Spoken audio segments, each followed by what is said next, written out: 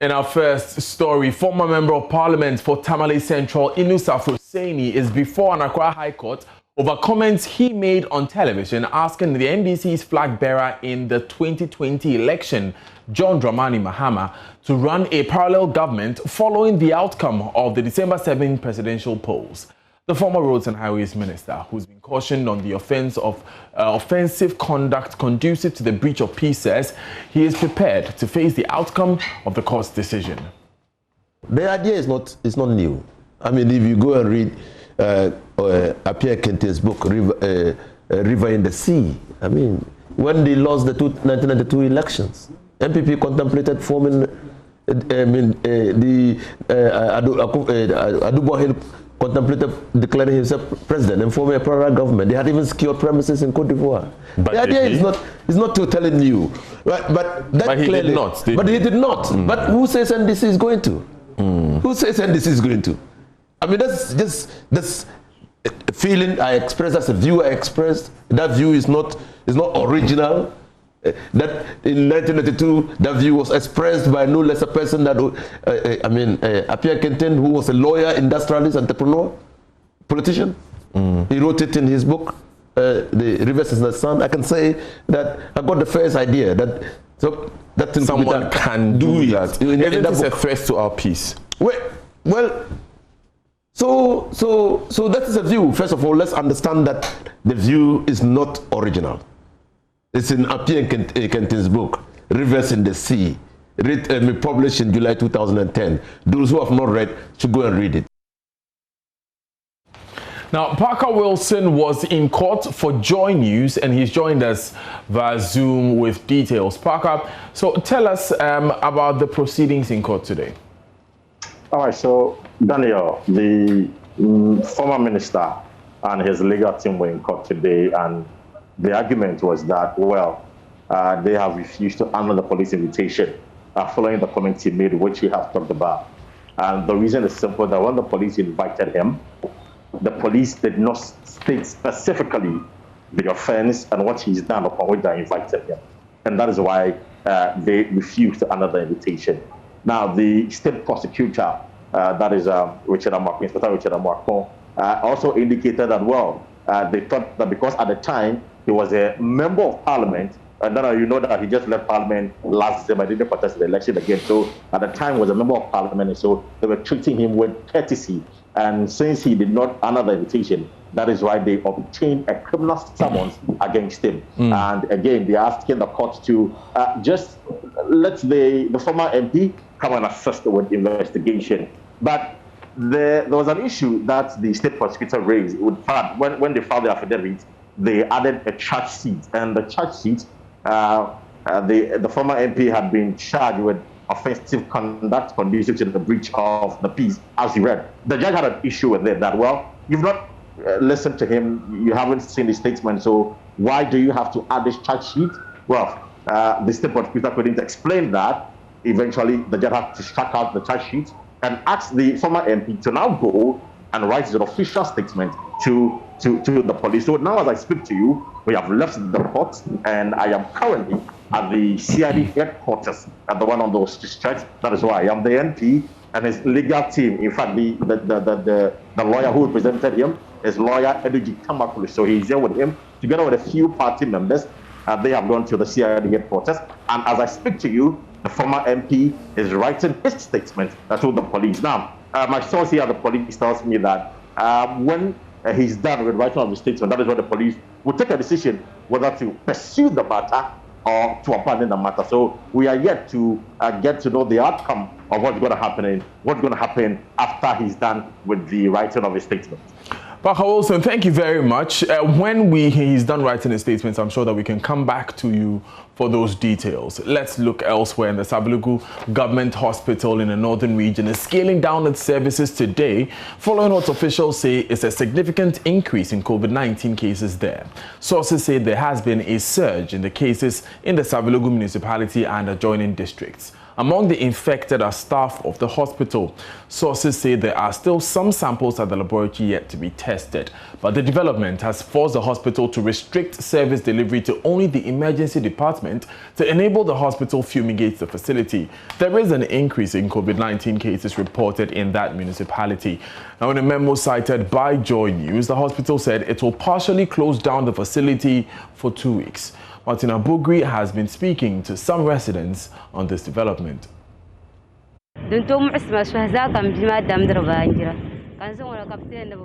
My daughter is sick. When we came, they told us they are not working because of COVID. My next step is to take the child to a pharmacy so they can get her some drugs.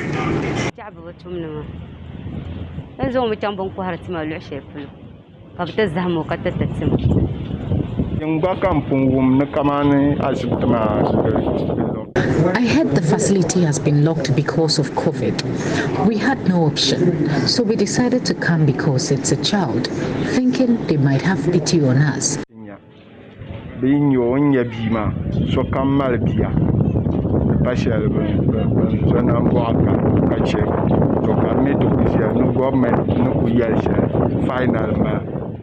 But when we got here, they said no, they won't attend to us. We have nowhere else to go because this is the only facility we have known.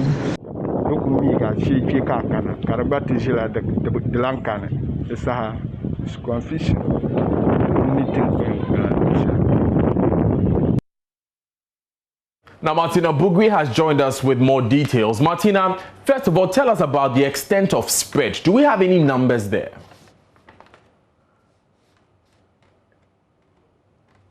Martina, can you hear me? Yes, Daniel. Yes, tell us about the extent of spread of the disease. Do we have those numbers? We are unable to give specific numbers as to the number of cases in the Saviligu municipality. But what we do know is going on. The current situation is going to affect hospital delivery in the area. I spoke to the hospital administrator a while ago, and she's saying that the arrangement is in the best interest of the people. It's not fair that you come to the hospital with just malaria and go home with COVID. And so they are restricting the service to only the emergency. So if you come in with an emergency situation, you'll be attended to. If you come in, if it's a maternity case, you'll be attended to. But apart from these ones, any other case would not be attended to. And she's hoping that they have sent 74 samples to the lab. She's hoping that the results that would come out, some may turn up negative, and then they can scale up. Did we have any patients show up today? Yes, we have patients on admission, and those who were admitted before the new development, and so they are being treated. And whilst they are being treated, those who will recover will be discharged. And so, but it means that they would not admit new ones into these wards. They are hoping that tomorrow the assembly will come in and fumigate the place so that it will be safe to begin work. Now, how crucial is this facility to the Saviligu municipality and, other districts that depend on it for healthcare? Now, you heard the people we spoke to. They are stranded because these people know just the Saviligu hospital. When you come to the Tamale Teaching Hospital, you must trek to send food to your patients, to either get water for the patients to bath and everything. It's all work. If you don't have anybody in Tamale, you can imagine trekking from Saviligu or maybe Diari or any other community along that area to come to the TTA. That's about an hour or two journey each day to bring service to your patients at the TTA. And so it's going to affect a lot of people, and it's going to hit real hard. Martina Bugri, thank you very much for those updates. Let's move to other stories. And police in the Ashanti region has arrested one of a group of armed robbers suspected to have killed an ambulance driver in Asesewa near Koforidua. Martin Tay was arrested among 5 others, suspected to have robbed a bullion van and killed a policeman escorting the cash at Asokwa Junction in the Adanse Formina district, making away with 500,000 Ghana cedis cash. Another, John Appiah, popularly known as Omega, is on police wanted list for leading the 2 robbery incidents in Ashanti and Eastern regions. Ashanti Regional Police Commander COP Akwesi Ampofu-Duku says the leader is known for bullion van robberies. Nanaya Ojima joins us via Zoom with details. Nanaya, quite the dramatic scenes there. Tell us, what more do we know about the story? So, according to the police, John Appiah is the leader of this team of armed robbers who have been terrorizing bullion van drivers and have been making away with the cash in these bullion vans. If we cast our minds back, there was a bullion van robbery at somewhere Adanse in the Ashanti region, and a second one in the Manso area. And these people are suspected to be involved in all these robberies in these places in the Ashanti region. So the police say they're on the hunt for these men, including one John Appiah, who is a 22-year-old, and he has been leading all these robberies in the region. Police say the incident that we are talking about here involved 10 different suspects. 5 of them they've been able to arrest, and 5 are on the run. So police have intensified their surveillance for these armed robbers, and they are calling on all citizens to help arrest these people. And according to the police, these people they believe are hiding in different parts of the country. Some are in the Eastern region, others are in the Ashanti region and the Greater Accra region. Now, speaking of citizens who are being asked to help investigations, how are they taking this news? There must have been some victims who are excited by it, for instance. The police, about an hour ago, had this presser, and they are yet to, through these news reports that we are making, is when the public will get to hear of it and get their reaction on that. So we are yet to engage the public and find out how they feel about these robberies. But obviously, people will be excited, especially persons in the Adanse area and also the Manso areas where we have different armed robbery gangs terrorizing these people. Nanaya Ojima, thank you very much for that report. Let's remain in the Ashanti region. And today at 1 p.m., the Love FM's Kiddie Quiz will go live on the Joy Learning channel, on Multi-TV and on Love 99.5 FM. Quizmaster Erastus Asaridonko joins us via Zoom with what to expect this year. Erastus, how many schools are participating in this edition?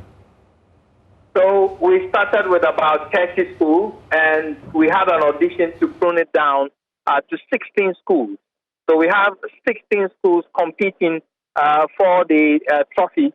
And out of this, we are starting the show today with 2 schools competing in the preliminary rounds. So this afternoon at exactly 1 p.m., we're going to have Eben International School and Big Apple Academy facing it off in the maiden contest.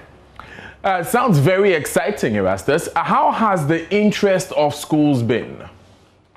In fact, it's been fantastic. Many schools had wanted to be part of it.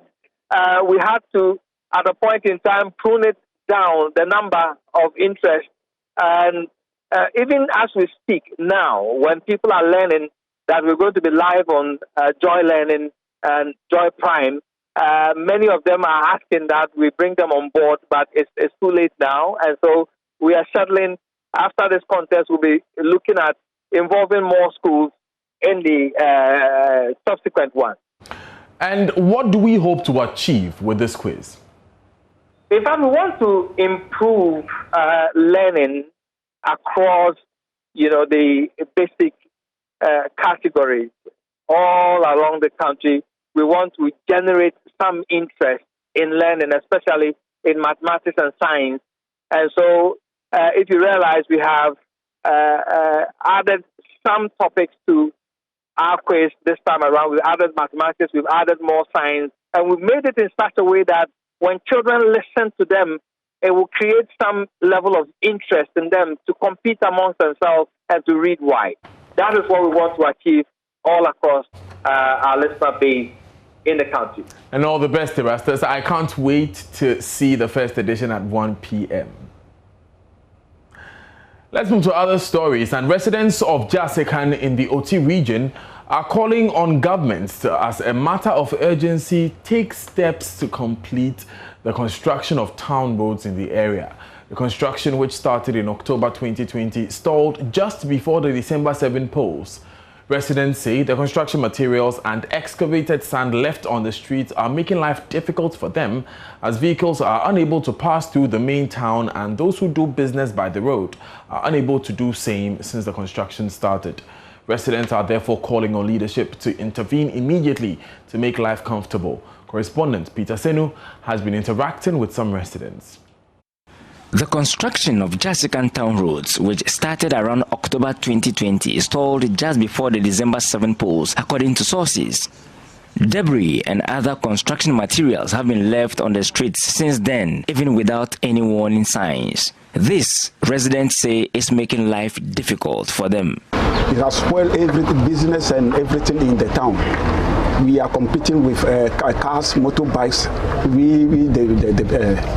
The town people are competing with motorbikes and cars if we want to move on the road. So we are begging the government to come and fix the road for us immediately. Business owners say the situation is adding extra cost to their businesses, while others complain about the rainwater running into their shops. Before December election, they stopped the work. They stop it like 1 month before we go for the elections. So since from that time, our market all everything, the road all blocked. So we ourselves we find laborers where they collect the gravels or the sand. Previously, we used to have vehicles coming in to offload this, let's say we see these iron rods and then shovels and all that we sell in here. But because of the construction that has been stalled, we can't actually get the vehicles coming in to offload again. And then sometimes because of the nature of the road, they would have to stop far at the back, and then we have to get people, hire them to carry the goods down here, which is an extra cost to us. And even now that we have the iron rods here, we are finding it difficult getting people to come and buy them in bulk. So sometimes the people would have to come and pay for the iron rods, and then they are here, and then they come for them maybe 2, 3, 4 at a time. In bits? And yeah, they come for them in bits instead of picking them together, because picking them from here, it's a problem. Yeah, I'm saying no more be too high, no. Higher pa and so to a never so tom. Tia Hanuming and Nancy Nam to Tom, sir. Until a prepa, yes, Rabban say on bombody. Yes, Reno. One bit, yeah, my yes, Reno pa higher. Shop owners would have to clear debris in front of their shops and improvise access to same, some of which looked dangerous. Joining sources say GCB Bank at Jasikan had to spend some resources clearing its entrance to make customers access to the facility easier. On the 15th of February 2021, some faceless youth blocked the streets with stones due to the difficulties using the road. Lawrence Kwame is the DC. He has been speaking to Joy News. The government of Ghana at the Ember Road has begun not too long before the elections. I think somewhere around November, thereabout, October, November, the project started. To ensure that Jasikan town is given that befitting status as an urban area. So the project is on the Urban Road. The consultant, the contractor is Ameton Company Limited. They are executing the project. The caretaker DC says, inasmuch as he empathizes with the residents, blocking the only usable part of the road is unacceptable. I have so much discomfort with those debris by the roadside. About 2 weeks ago, the commercial bank manager was here.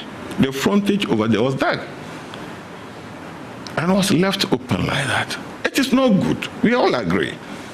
And what can we do? Is to pursue the people who are doing the work to come and get this thing done.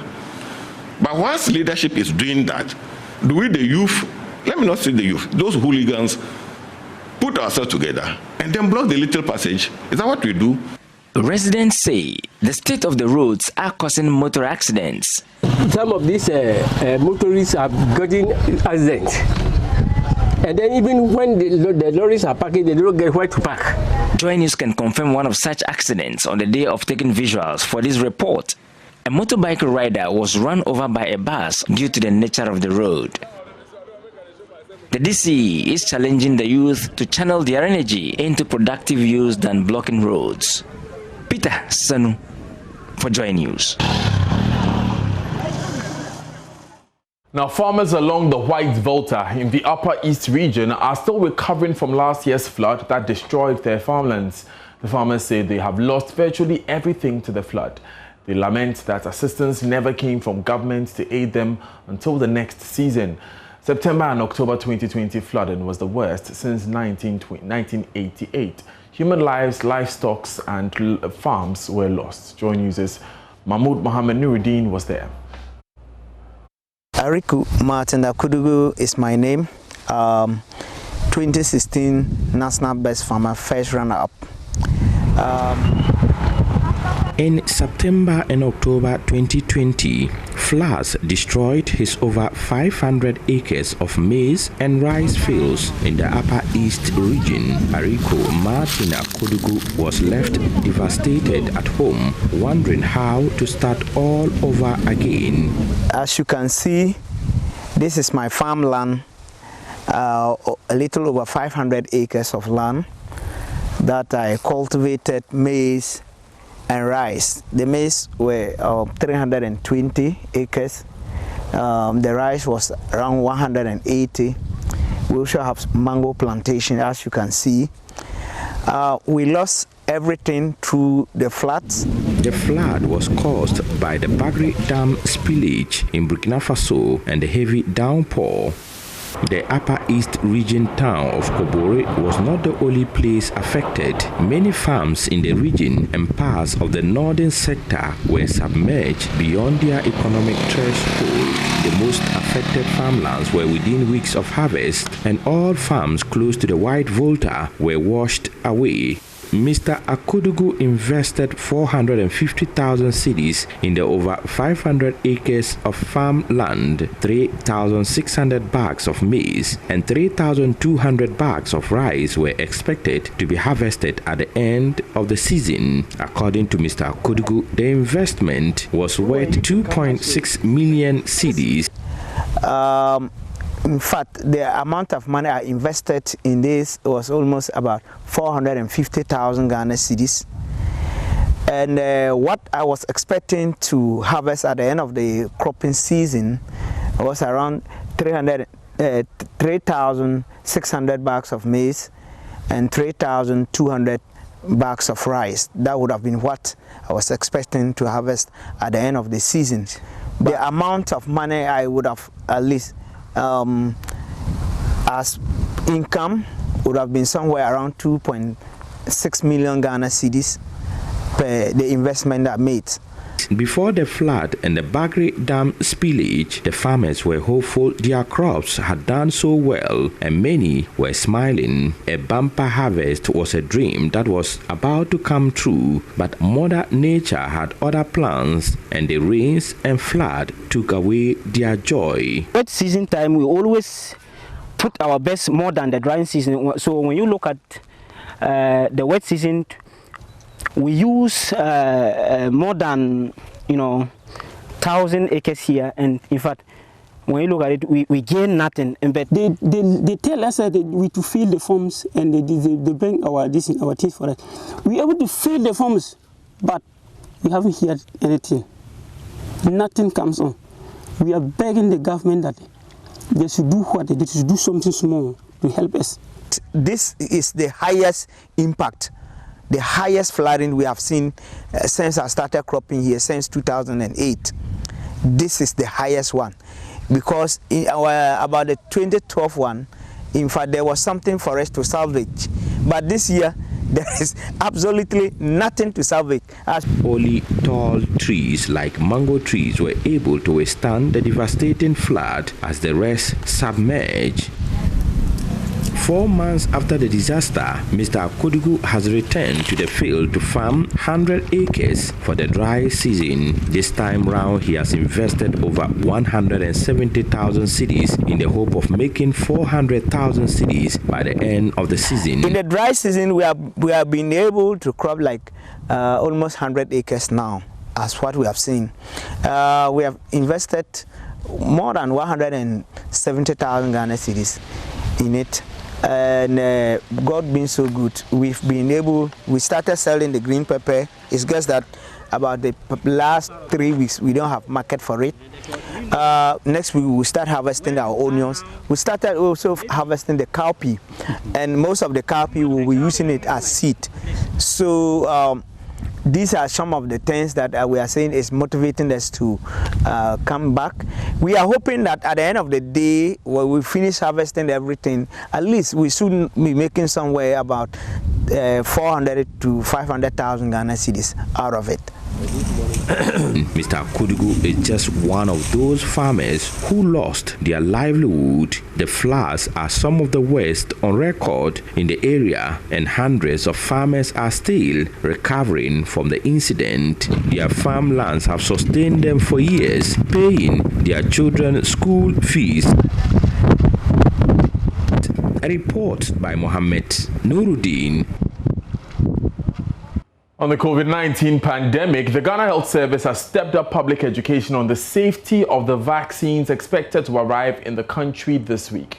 The service has confirmed it will take delivery of more than 500,000 vaccines for the vaccinations. So far, the Oxford-made AstraZeneca and Russian-made Sputnik V vaccines have been approved for the inoculations in Ghana. Even though the Ghana Health Service has been assuring of the safety of these jabs for use in the country, Ghanaians are divided on whether or not to receive them. We have more on this in later bulletins. Up next is Business with Darryl Kwao.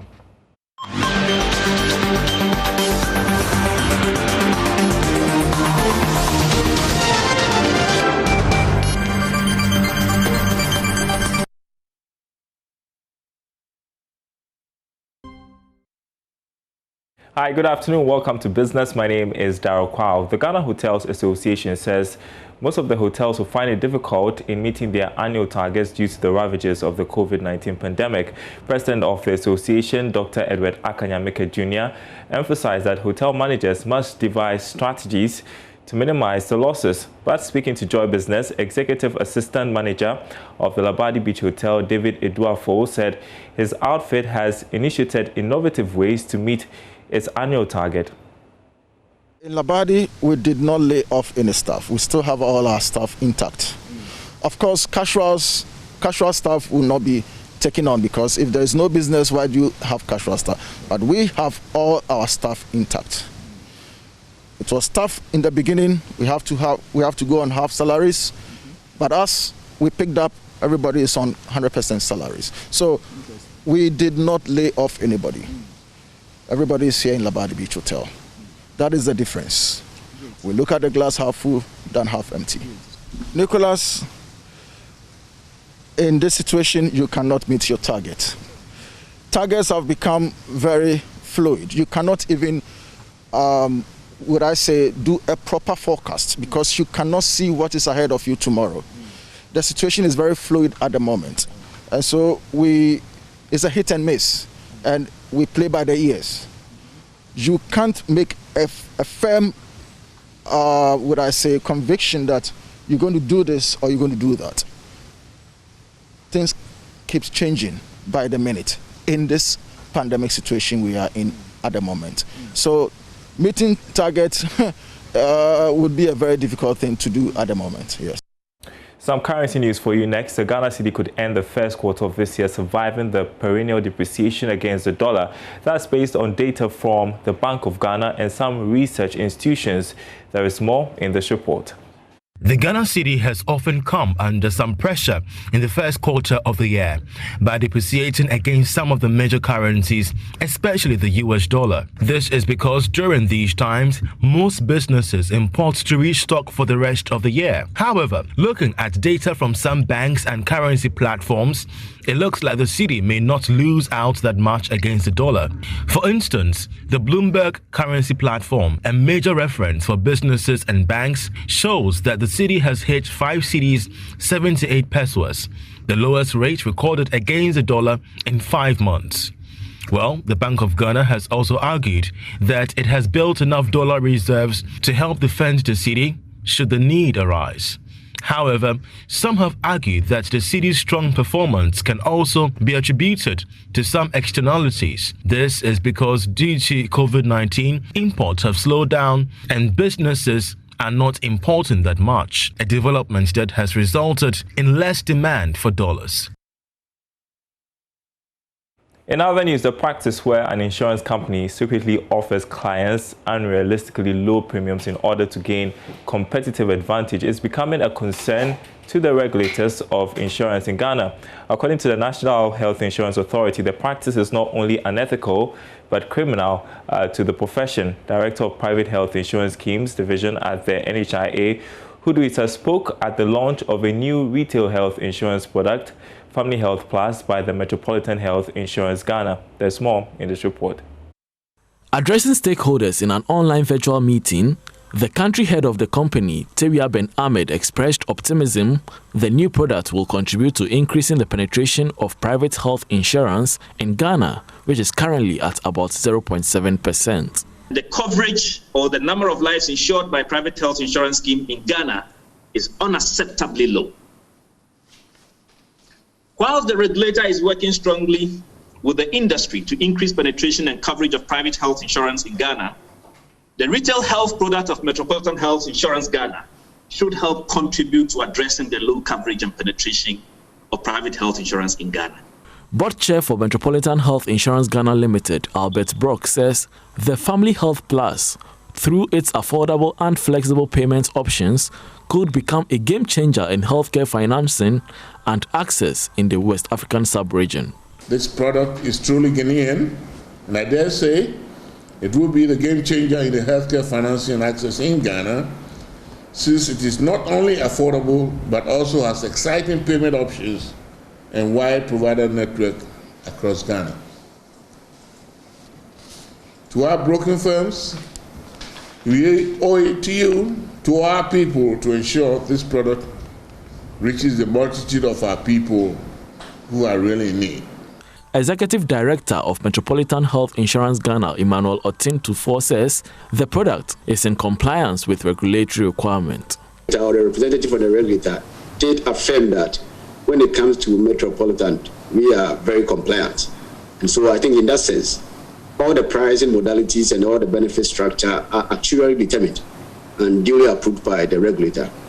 And we are known in the market to be the one who normally follow all the regulation that the NHS has put in place. So the least we'll do is to flout all the regulations, and we have a strong governance structure where some of these things we take them serious. The Metropolitan Family Health Plus offers telemedicine and mobile pharmacy services, enabling medical consulting, prescription and drugs delivery to clients in their homes. Stay tuned.